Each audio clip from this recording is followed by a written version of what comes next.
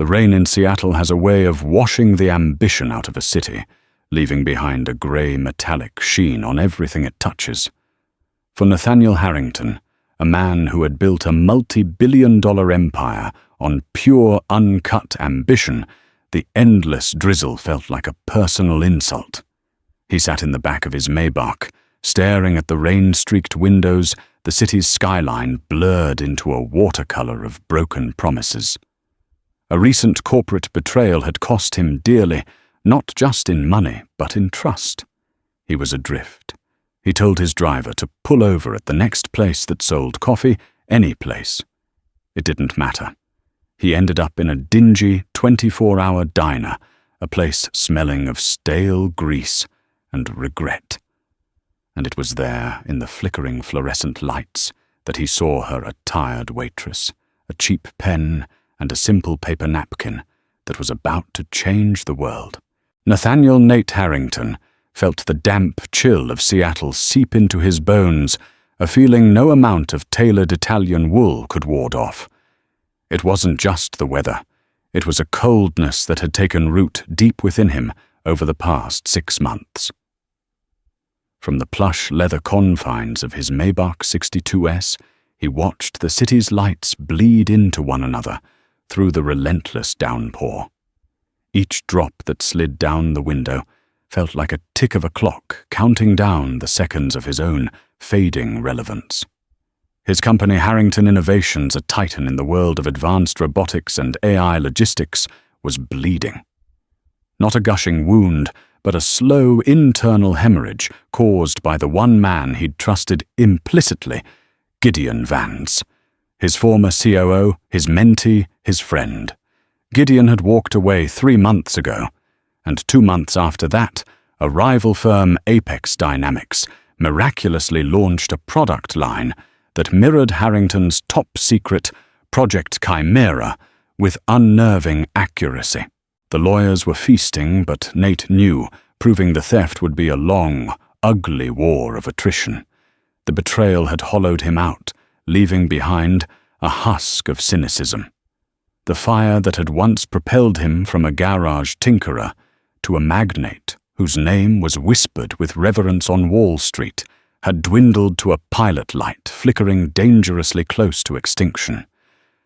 "Just pull over here," Frank Nate said, his voice flat. Frank, his driver of 15 years, glanced in the rearview mirror, his brow furrowed. "So this is the Blue Plate Diner.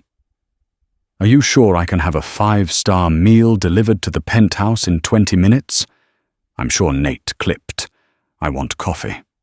Bad coffee. The kind that tastes like disappointment. It feels appropriate." Frank sighed but did as he was told, expertly maneuvering the limousine to the curb in front of the rundown establishment. The neon sign above the door sputtered with the P in plate, dark, making it read, "Late Diner." Nate almost smiled. It was indeed late in the day, in his career, in his faith in people. He stepped out, ignoring the umbrella Frank offered, and let the rain plaster his silver-streaked dark hair to his forehead. Inside the diner was an assault on the senses. The air was thick with the smell of old coffee, sizzling bacon and bleach. A handful of patrons were scattered among the cracked vinyl booths, a couple of long-haul truckers nursing mugs, a lone student hunched over a textbook, and a woman staring out the window, her face a mask of weary contemplation. The fluorescent lights hummed a monotonous buzzing tune. Nate slid into a booth by the window, the vinyl cold and cracked against the back of his expensive suit. He didn't belong here, and every soul in the place knew it.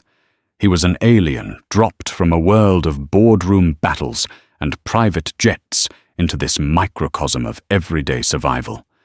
A waitress approached her steps heavy with exhaustion. She looked to be in her late 20s, with intelligent, tired eyes the color of moss. Her auburn hair was pulled back in a messy ponytail, and her uniform, a faded blue dress with a white apron, was clean, but worn. Her name tag read, Eliza. "What can I get for you?" she asked, her voice, quiet but clear, devoid of the forced cheerfulness he was used to. "Coffee," Black Nate said, his gaze drifting back to the window. She nodded, returning moments later, with a thick white ceramic mug filled with a steaming dark liquid. It smelled exactly as he'd predicted, bitter and uninspired. He took a sip. Perfect. He spent the next 20 minutes just sitting there, letting the pathetic ambiance of the place wash over him. He was a king in exile, observing the lives of his former subjects. He watched the cook expertly flip pancakes, the truckers debating fuel prices, the student highlighting passages with a fierce, hopeful concentration. And he watched Eliza. She moved with an economy of motion that spoke of long hours and aching feet. She refilled coffees, cleared plates, and took orders with a quiet efficiency.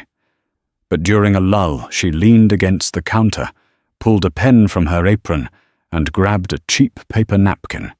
For a moment, Nate assumed she was taking an order or writing a shopping list. But then he saw her hand move. It wasn't writing, it was drawing. Her movements were not the idle doodles of a bored worker. They were precise, deliberate. Lines intersected at specific angles. Arcs were drawn with a confident, steady hand. She'd pause, her brow furrowed in concentration, her gaze distant, as if she were seeing something far beyond the grimy walls of the diner. She would then add a small cluster of symbols, almost like a mathematical annotation, before continuing. Nate, a man whose entire fortune was built on schematics, blueprints and flowcharts, felt a forgotten flicker of curiosity. It was the same feeling he used to get in his garage, staring at a complex circuit board, a puzzle waiting to be solved. What was she drawing? It looked like a map, but a strange one. There were no roads, no landmarks he could recognize.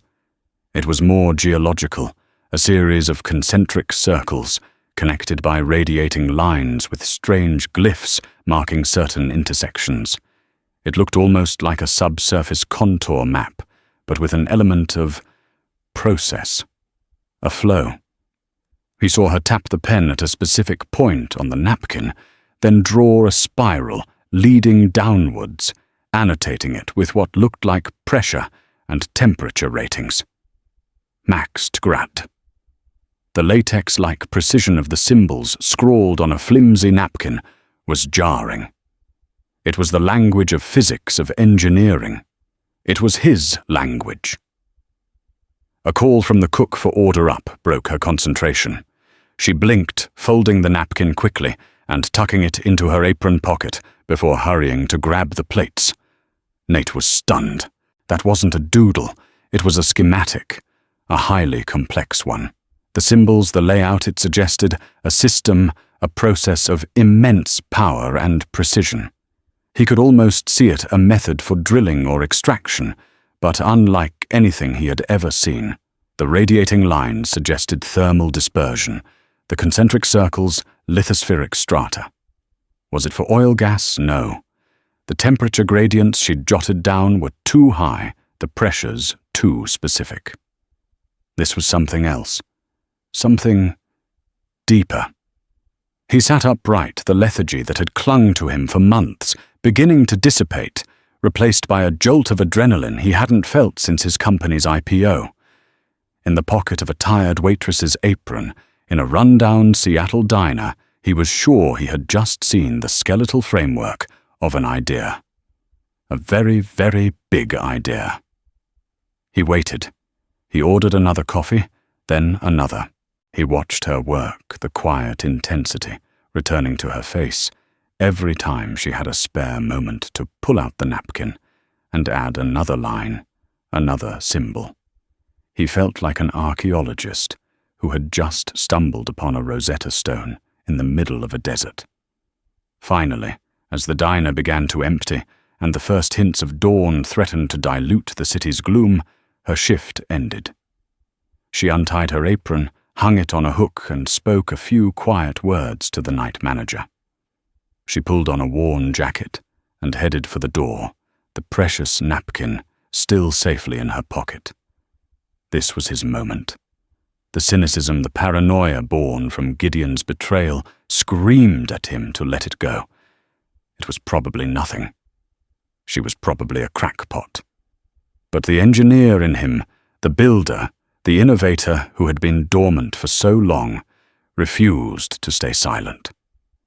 He left $100 bill on the table for a $6 tab, stood up, and followed her out into the rain.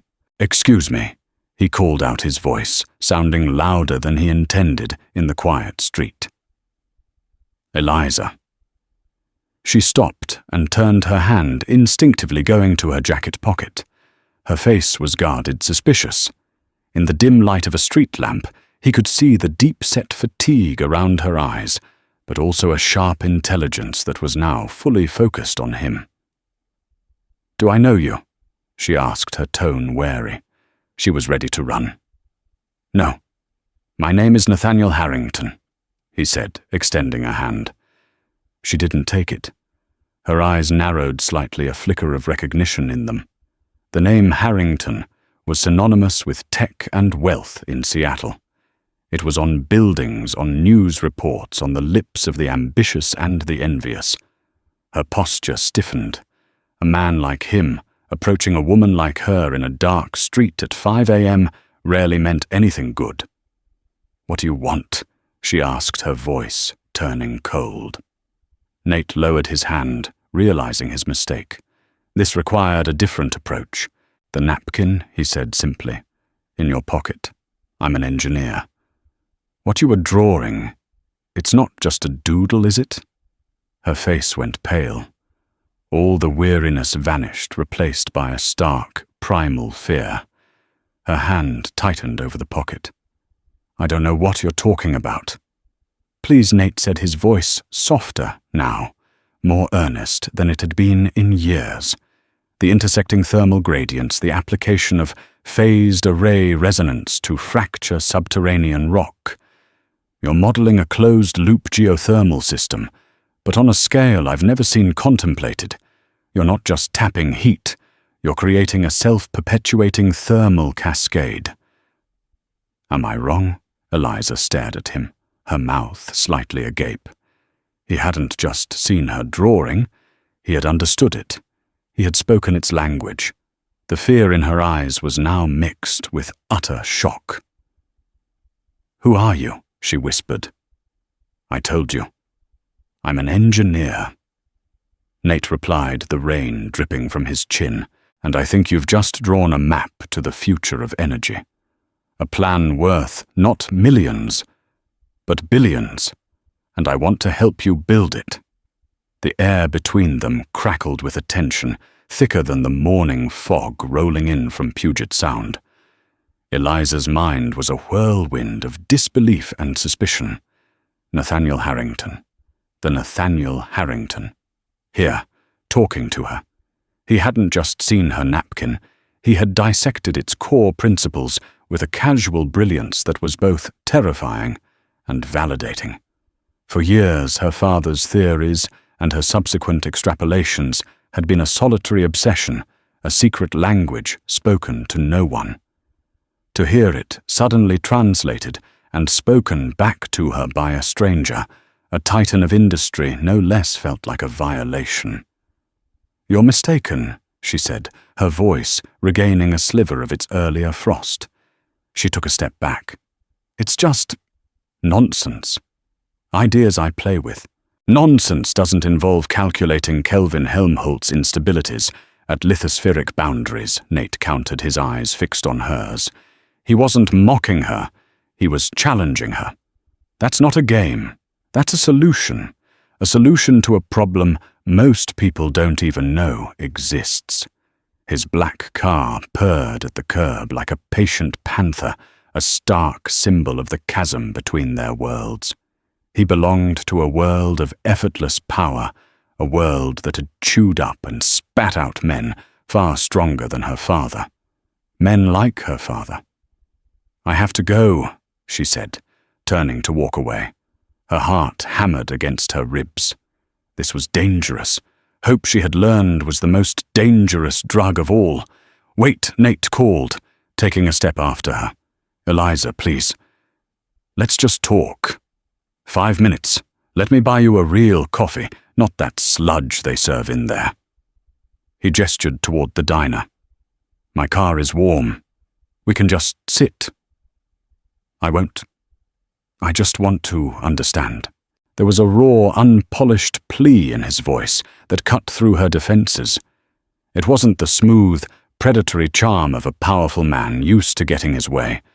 It was the frantic excitement of a fellow creator who had just seen a glimpse of something beautiful and new. She knew that look. She saw it in her own reflection, sometimes late at night when she was deep in her father's equations. Hesitantly, she stopped. She looked at his drenched suit, the earnestness in his eyes that seemed to war with the deep lines of cynicism etched around them. What did she have to lose? Her minimum-wage job, her tiny drafty apartment filled with her father's dusty books and unpaid bills. Her pride was all she had left. But maybe this wasn't about her pride. It was about his legacy. With a deep breath that felt like a leap of faith, she nodded curtly. 5 minutes. The interior of the Maybach was like stepping into another dimension. The scent of rich leather and polished wood replaced the city's damp grime. The silence was absolute, cocooning them from the world outside. Frank, the driver, discreetly raised the privacy screen. Nate didn't speak at first. He just let the silence sit, allowing her to acclimate. He watched as she clutched her worn bag on her lap, a stark contrast to the opulent surroundings. "My father was a geologist," Eliza began, her voice barely a whisper. "Dr. Robert Hayes. He taught at the University of Washington for a while. He had theories. He believed the conventional understanding of geothermal energy was laughably timid. He called it sipping from the edge of a volcano when we could be harnessing the star at the center of our own planet." Nate listened, his attention absolute. He nodded slowly. "A thermal cascade. It's what I saw in your drawing. It's not just drilling to a hot spot. You're proposing to create a hot spot, a self-sustaining one." He called it the cascade point. Eliza confirmed, a flicker of pride in her eyes. He theorized that under specific geological conditions, you could use focused seismic resonance to create microfractures in deep, superheated rock. You then inject a proprietary fluid that was his main unresolved problem, which would flash vaporize and expand, fracturing the rock further. It would create a feedback loop. More fractures, more surface area, more heat transfer. The energy output wouldn't be linear. It would be exponential. A single plant could power a city. She spoke with a quiet passion that transformed her. The tired waitress disappeared, and in her place was a brilliant scientist, a daughter channeling her father's dream. But he was ridiculed, she continued, her voice hardening. His papers were rejected. His peers called him a fantasist. He lost his tenure, his funding, everything. He couldn't solve the fluid dynamics, and he couldn't prove the resonance targeting without incredibly sophisticated modeling and sensor technology tech that didn't exist in his time. Nate's mind raced. He could see it. The sensor technology, the real-time modeling Harrington Innovations, had developed similar systems for deep space communication arrays. The materials science for the drilling components, his Project Chimera, had inadvertently solved half of those problems already. It was all there. The pieces were scattered across different industries, different labs, but she and her father had provided the blueprint to assemble them. "And you?" Nate asked gently. "You're not just a geologist?" "I was," she said, a shadow crossing her face, "working on my PhD in engineering physics at Caltech. But he got sick. I came home to take care of him. The medical bills, they piled up. After he passed away, there was nothing left but a mountain of debt and a garage full of his research. So I took a job at the diner to keep a roof over my sisters and my head. The mention of a sister added another layer of complexity, another reason for her fierce, protective secrecy. "The napkin," Nate prompted. "What you've added? It's the key, isn't it? You solved the part he couldn't." Eliza finally met his gaze, her own shining with a fierce intelligence. The fluid was the wrong focus. He was a geologist, thinking about what to put in. "I'm an engineer. I thought about the container. It's not about the fluid. It's about the drill head.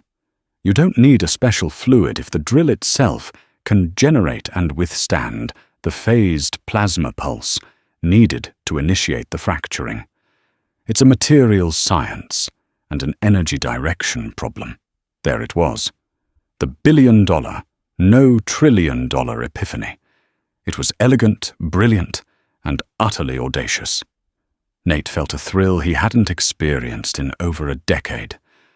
This was bigger than logistics software. This was bigger than robotics. This could fundamentally alter the geopolitical landscape.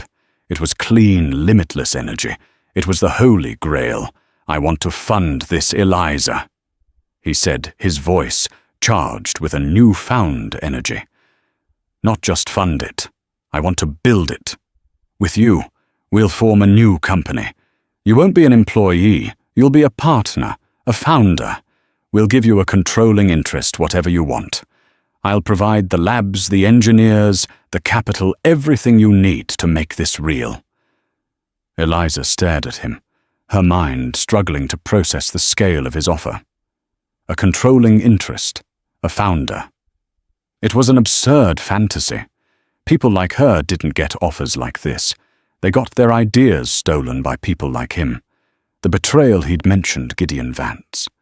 The story had been in the business news. If he could be betrayed by his closest friend, why should she, a complete stranger, trust him? Why she asked her voice, laced with the suspicion that had been her constant companion for years. "Why me, your Nathaniel Harrington? You could hire 100 PhDs from MIT tomorrow. Why give a waitress a controlling interest in a company that could be worth trillions?" Nate leaned back, the leather creaking. He looked out the window at the grey Seattle morning, his reflection, a ghostly image, superimposed over the city he had conquered. "Because for the last 6 months, I've been presiding over a company that feels like a tomb," he said, his voice low and confessional. "I've been managing assets, fighting lawsuits and counting money. I forgot what it felt like to build something, to see a spark and want to fan it into a star. That drawing on your napkin? That was the first thing that's made me feel like an engineer again, not just a CEO." He turned back to her, his gaze intense. "I don't just need your idea, Eliza. I need your spark. PhDs from MIT can be hired. They'll do the work. But they don't have this. This is your father's legacy, and your genius combined. That's not something I can buy. It has to be given.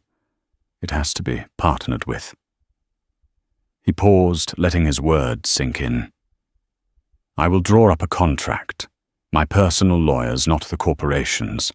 You can have any independent counsel in the country review it at my expense. I'll give you a salary starting today that will mean you never have to set foot in that diner again. I'll take care of your sister's needs. All I ask is that you come to my office tomorrow. Hear me out. See the resources I can offer.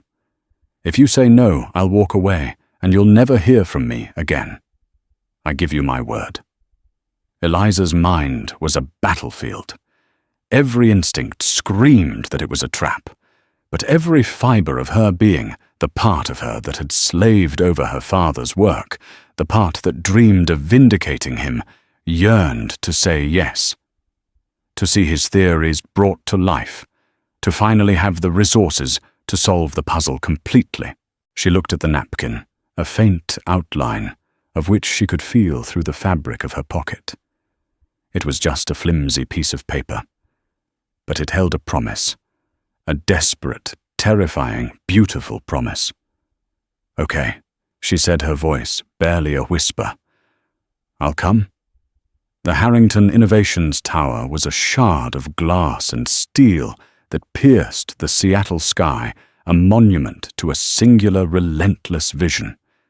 As Eliza stepped out of the black car Frank had sent for her, she felt a wave of intimidation, so profound it was almost physical. Yesterday she was serving greasy eggs to truckers. Today she was walking into the nerve center of a technological empire. She wore the best clothes she owned, a simple black dress and a cardigan, but she felt as conspicuous as if she'd worn her diner uniform. Nate met her not in the grand lobby, but at a private elevator bank. He was dressed in a simple dark sweater and trousers, a deliberate choice to put her at ease. "I thought we'd skip the corporate theater," he said with a small smile. "The top floor is my private workshop and research lab. Very few people have access. It's where I still get my hands dirty." The elevator ascended with a silent, stomach-lurching speed.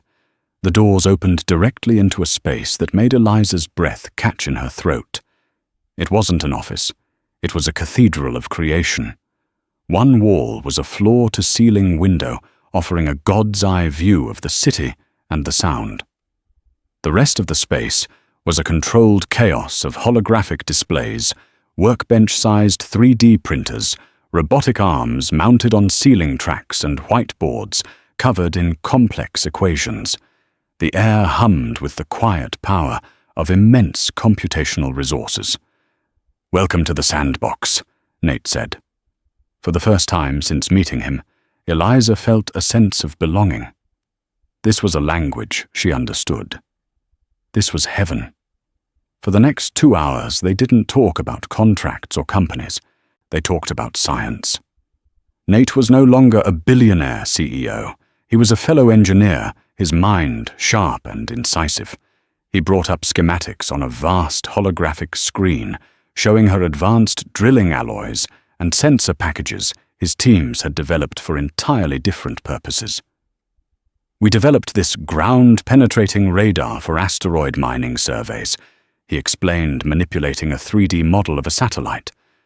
"But if we recalibrate the frequency and boost the power, it could give us a real-time map of the fracture propagation you described. We could see the cascade point as it happens."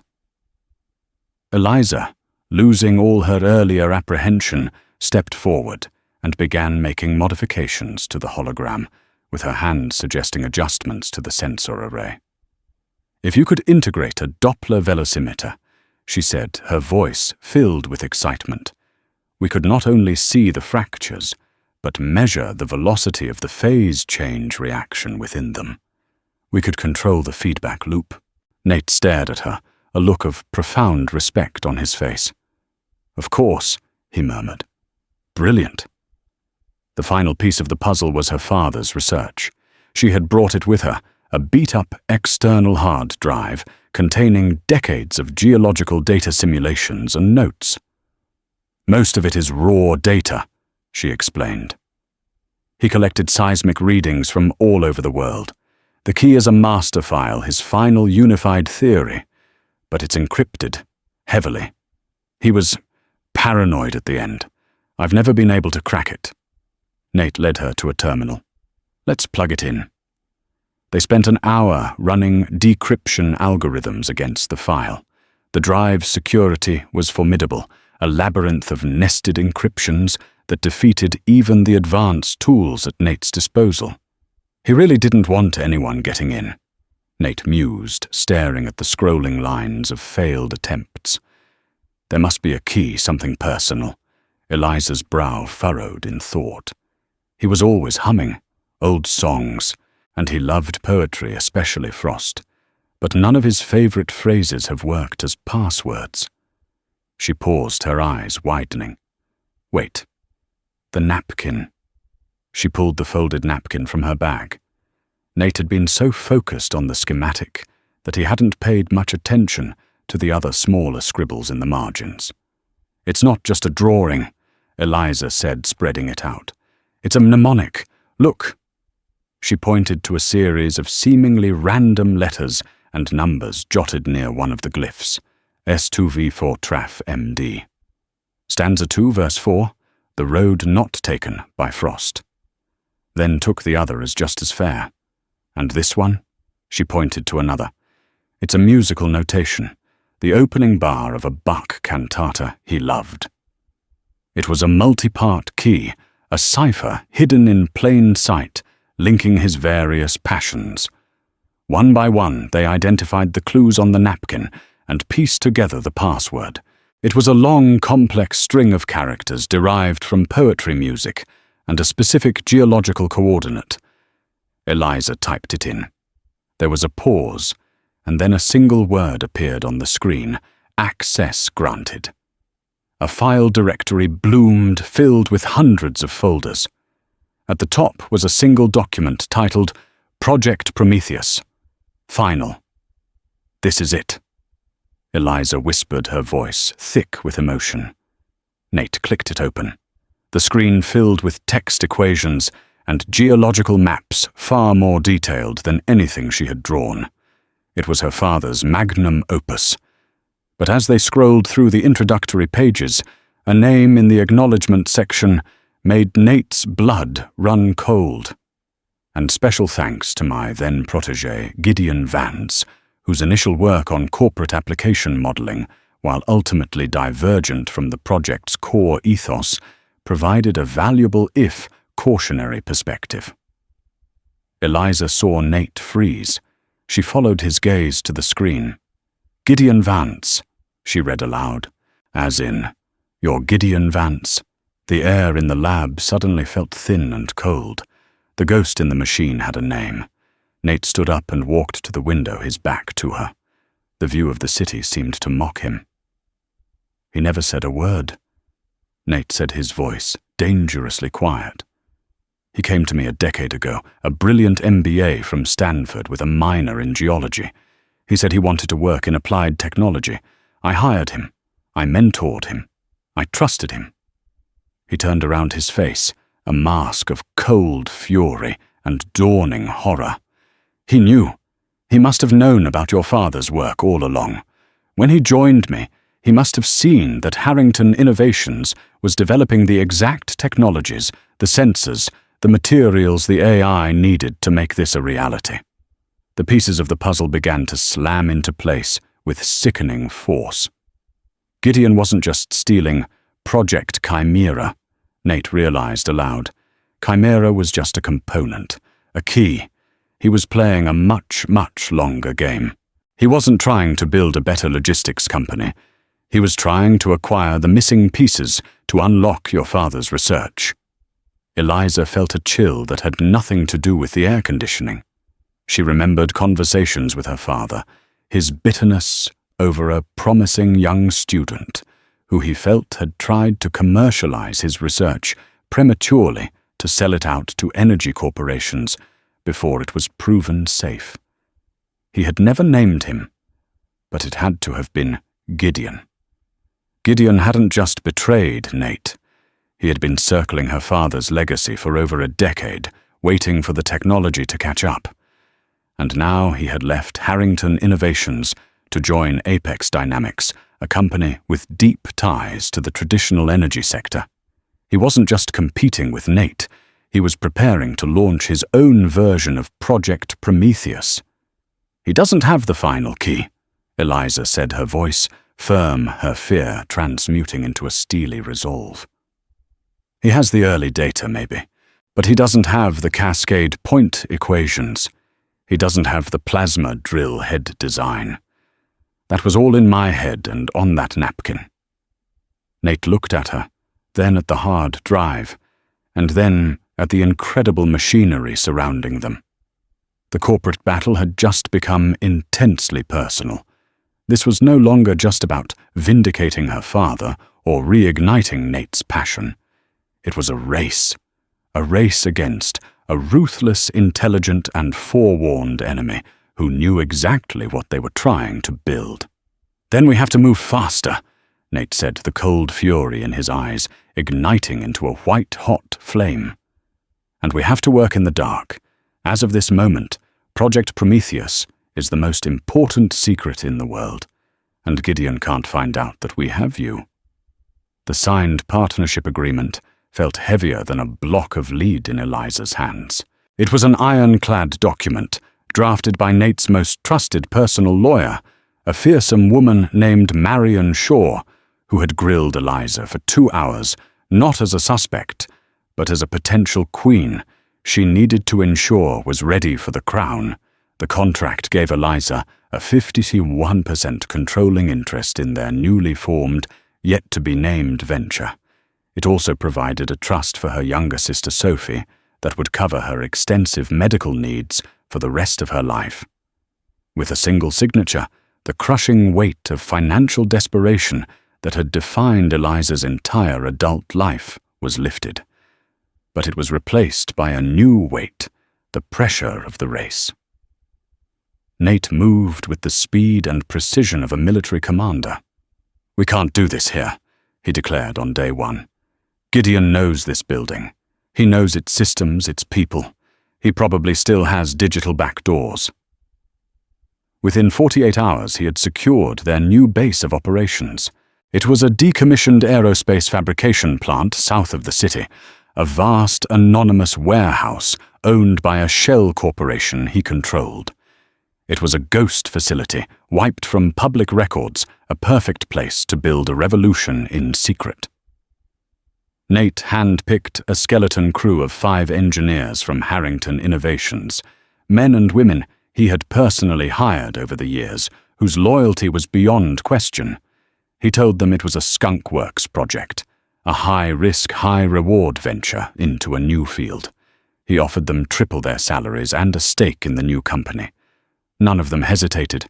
They called themselves the Helios Initiative. Life for Eliza transformed overnight.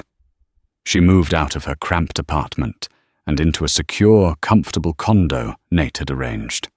Sophie was transferred to a top-tier private medical facility, her care overseen by the best specialists in the country. But Eliza spent little time in her new home. Her days and most of her nights were spent at the warehouse, a cavernous space, now buzzing with renewed purpose. The napkin drawing and her father's hard drive were their Bible. They worked in a secured, lead-lined room Nate called the Vault, its network completely air-gapped from the outside world.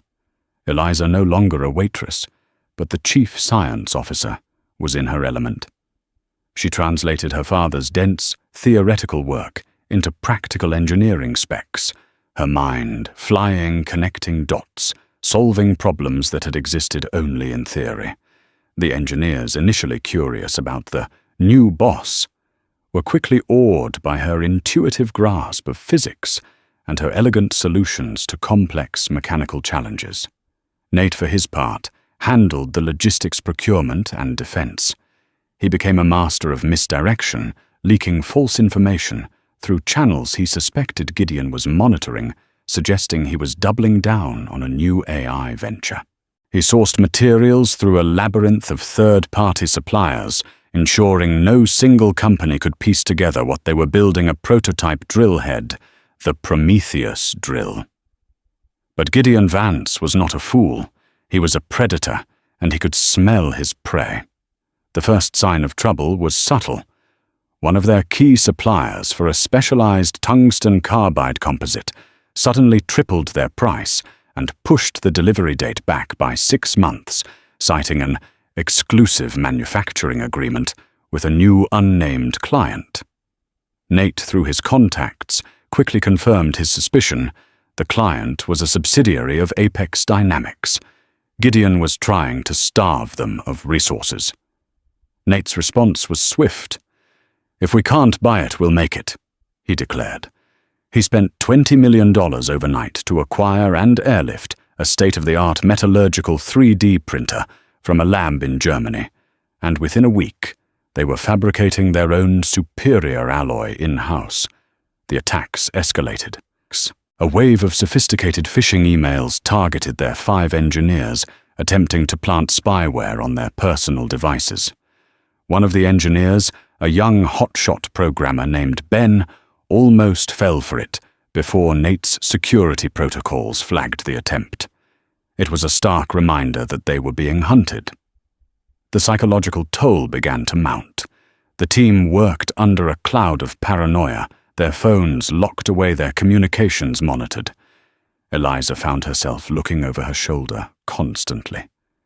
She had nightmares where Gideon, his face, a smooth, smiling mask, would walk into the warehouse and take her father's hard drive. One evening as she worked late in the vault, her personal cell phone, a cheap new burner phone, rang. It was an unknown number. She almost ignored it, but something made her answer. Eliza Hayes, a smooth, confident voice said. It was Gideon. Her blood ran cold. How did you get this number? Finding things is what I do. He said, his tone casual, almost friendly. I'm impressed. I truly am. Partnering with a fallen king like Nate Harrington. Very clever. But you're swimming in waters far too deep for you. What do you want, Gideon? Eliza asked, her voice shaking slightly despite her effort to keep it steady. I want what's mine, he replied. Your father's work. He was a brilliant man, but a terrible businessman. He wanted to give his gift to the world for free. Noble, but naive. That kind of power needs to be managed, controlled. For the good of the market. I'm prepared to offer you a generous finder's fee for his complete research. $10 million. You can walk away, take care of your sister, and forget any of this ever happened.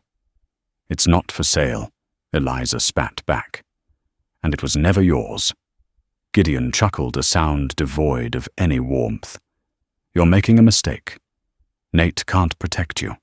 His time is over. He's sentimental, bound by old-fashioned ideas like loyalty and ethics. I'm not. I will get that research, Eliza, one way or another. Think about my offer. It's the last one you'll get. The line went dead.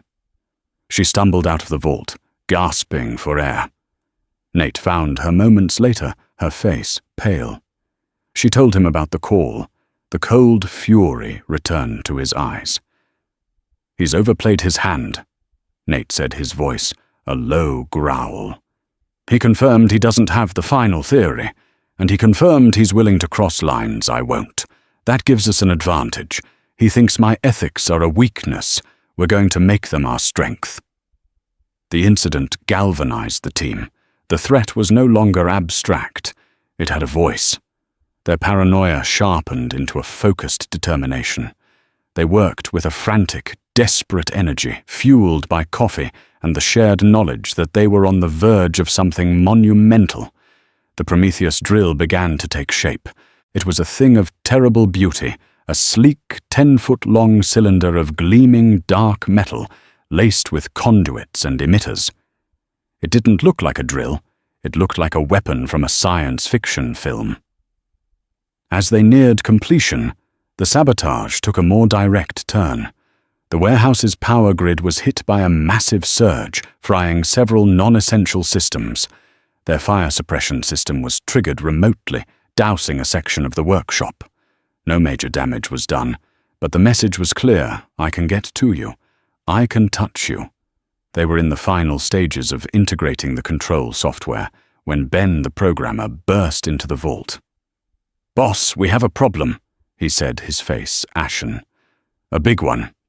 I was running a final diagnostic on the control module's firmware. It's clean. But I found a ghost in the machine. It's not malware. It's a hardware backdoor, a logic bomb." Nate and Eliza rushed to his station. Ben pointed at a section of code. It's embedded in the primary processor chip. It's dormant. It would have been completely undetectable by any software scan. It's designed to activate when the drill reaches a specific operational temperature and pressure the exact conditions for initiating the cascade point. "What does it do?" Eliza asked, her stomach twisting into a knot. It bypasses the safety protocols, Ben explained. All of them. Instead of creating a controlled, self-sustaining reaction, it would instruct the drill to dump all of its power in a single unconstrained plasma burst. It would overload, vaporize the drill, the test site, and everything in a half-mile radius. It wasn't sabotage. It was a bomb. Gideon hadn't just tried to steal their work or slow them down. He had planted a seed that would, at the moment of their greatest triumph, turn their creation into a catastrophic weapon, killing them all and burying the project's potential forever in a radioactive crater. Nate stared at the screen, his face grim. How did it get there? We sourced that chip from a secure military contractor in Huntsville. Ben dug deeper into the supply chain records. The chip was part of a batch. It was shipped from Huntsville to a logistics hub in Chicago before being rerouted to us. He paused, his fingers flying across the keyboard. Oh my God. The hub. It's managed by Apex Logistics. Gideon hadn't just attacked them from the outside. He had poisoned the well from the very beginning. He had anticipated their needs, infiltrated their supply chain, and planted a time bomb in the very heart of their machine. The race was no longer about who could build it first. It was about who would survive the activation. The chosen test site was a desolate, sun-bleached expanse of alkali flat in a remote corner of Nevada, owned by the Department of Energy, and loaned to Nate under the guise of a deep earth geological survey. It was 100 miles from the nearest town, a place where the sky was a vast, empty bowl, and the silence was broken only by the wind. It was the perfect place to birth a star or be erased from existence. They had 48 hours. The discovery of the logic bomb had changed the entire equation. They couldn't simply replace the chip. Gideon would know. He would be monitoring the supply chain. He would know they had found his trap. Their only option was to turn his weapon against him. He wants a show, Nate had said, his eyes glinting with a dangerous light. He'll want to watch his plan unfold. He'll have a team nearby ready to move in and salvage the unstable technology after the tragic accident. Their new plan was audacious and breathtakingly risky. Ben, working with Eliza, would write a piece of countercode, a patch that wouldn't remove the logic bomb, but would hijack it. When Gideon's back door activated, their patch would seize control, redirecting the energy surge not into a catastrophic explosion, but into a precisely targeted electromagnetic pulse, a pulse strong enough to fry every piece of unshielded electronic equipment in a 5-mile radius. It would be their signal flare and their only defense. The convoy arrived at the test site under the cover of darkness. A mobile command center, a power generation truck, and the transport carrying the Prometheus drill. The air was tense. Every member of the 5-person engineering team knew the stakes. They were walking into a trap armed with a prayer and a brilliant piece of code. Eliza felt a strange sense of calm. All the fear and paranoia had been burned away, leaving only a crystalline focus. This was the culmination of her father's entire life, of her own hidden existence. She looked at the drill resting on its launch platform over the borehole, a dark obelisk, humming with potential energy. It was beautiful and terrifying. Nate stood beside her, his gaze scanning the barren landscape. He had his own team in place, a private security detail, led by a former Delta Force operator, hidden in the low hills a few miles away. They were their insurance policy. He's out there, Nate said quietly. Watching. As dawn broke, they began the final preparations. The drill was lowered into the borehole, its sensors feeding data back to the command center. The numbers on the screen were hypnotic depth, temperature pressure, all climbing steadily. They passed the depths of conventional drilling, entering a realm of geology man had never touched. Inside the command center, the atmosphere was electric. Ben's fingers hovered over his keyboard. The other engineers monitored the power flow and structural integrity. "We're approaching the target depth," Eliza announced, her voice steady. "Temperature and pressure are within operational parameters for initiation." On her screen, she could see the 3D model of the subsurface rock, the precise point her father had calculated decades ago. "The Cascade Point. Bring the core to full power," she ordered. The hum from the power truck intensified. On the main screen, a graph showing the drill's energy output climbed a steep, dramatic curve. The numbers for temperature and pressure flashed red, reaching the threshold Gideon's bomb was designed for. "It's happening," Ben said, his voice tight. "I'm detecting an unauthorized instruction packet. The logic bomb is active. It's attempting to bypass the governors." This was the moment. A lifetime of theory, a year of frantic work, all came down to the next 10 seconds. "Execute the patch," Nate commanded. Ben hit the key. For a heart-stopping second, nothing happened. The energy graph spiked, screaming past every safety limit. A wail of alarms filled the command center. And then a new line of code flashed on Ben's screen. "Hijack complete. Redirecting." Outside, a deep, resonant thrum emanated from the earth, a sound felt more in the bones than in the ears. The ground vibrated. The Prometheus drill deep in the planet's crust had fired, but instead of exploding, it had unleashed a silent, invisible wave of energy. 2 miles away in a makeshift camp, hidden in a rocky alcove, Gideon Vance watched a bank of monitors with a triumphant smile. He was surrounded by a team of corporate mercenaries. On his main screen, he saw the energy readings from his hacked data feed spike into chaos. "There it is," he said, raising a glass of champagne. "A tragic but predictable system failure. Such a shame. Gentlemen, get ready to move in. We have a site to secure." At that exact moment, every one of his screens went black. The lights in their camp flickered and died. The engine of their communications vehicle sputtered and went silent. Their satellite phones were dead. Every piece of advanced electronics was instantly and completely fried. They were plunged into a sudden, primitive silence. Gideon stared at the dead screens, his smile vanishing. What the hell just happened? Before anyone could answer, the roar of engines filled the air. 2 black military-grade SUVs crested the nearby ridge, racing towards their position. Nate's security team. Back in the Helios Command Center, the alarms had ceased. The energy graph had stabilized into a high, steady plateau of immense power output. It was a perfect, controlled reaction. "We have Cascade," Eliza whispered, tears welling in her eyes as she looked at the steady stream of data. "Clean, stable, massive energy production. It's working."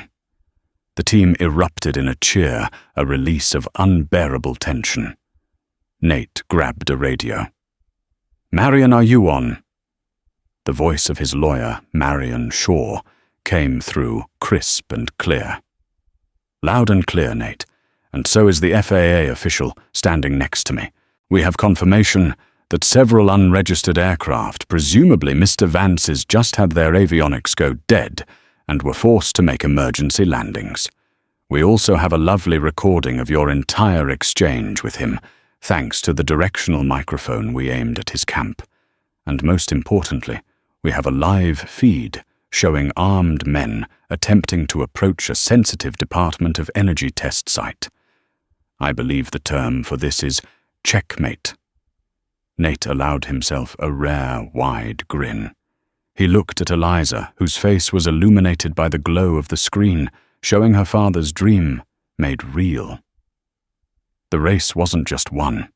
It was over. The aftermath was swift and decisive. Faced with overwhelming evidence, the recording of his threats, the testimony of the captured mercenaries, the forensic analysis of the logic bomb, and the flagrant violation of federal airspace and land, Gideon Vance and his conspirators at Apex Dynamics were buried under an avalanche of federal charges. Corporate espionage was the least of it. They were facing charges of domestic terrorism. The scandal eviscerated Apex Dynamics, its stock plummeting to nothing overnight. The corporate titan was slain not by a rival, but by its own hubris. The world, however, remained oblivious to the true nature of the Helios initiative. The official story, carefully crafted by Marion, Shaw, and Nate, was that Harrington Innovations had thwarted a hostile corporate sabotage attempt on a new, classified geological sensor project.